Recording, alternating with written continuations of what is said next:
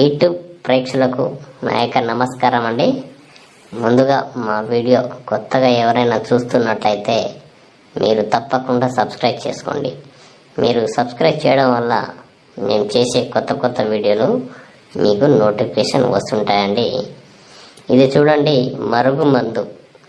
ఈ మరుగుమందులో 2 రకాలు. ఒకటి కడుపుకు పెట్టేది, రెండోది బట్టలకు చెప్పులకు పూసేది. ఇది చూడండి, మొదటిది కడుపుకు పెట్టేది. ఇది మనం తినే తాగే దాంట్లో పెట్టాలి. ఇది మంచిగా కానీ చెడుకు మాత్రం కాదండి. ఇది ఎవరికి పెట్టాలంటే మన మాట వినాలి అనుకున్న వాళ్ళకే పెట్టాలి. ఇది మంచిగా కానీ చెడుకు మాత్రం కాదండి.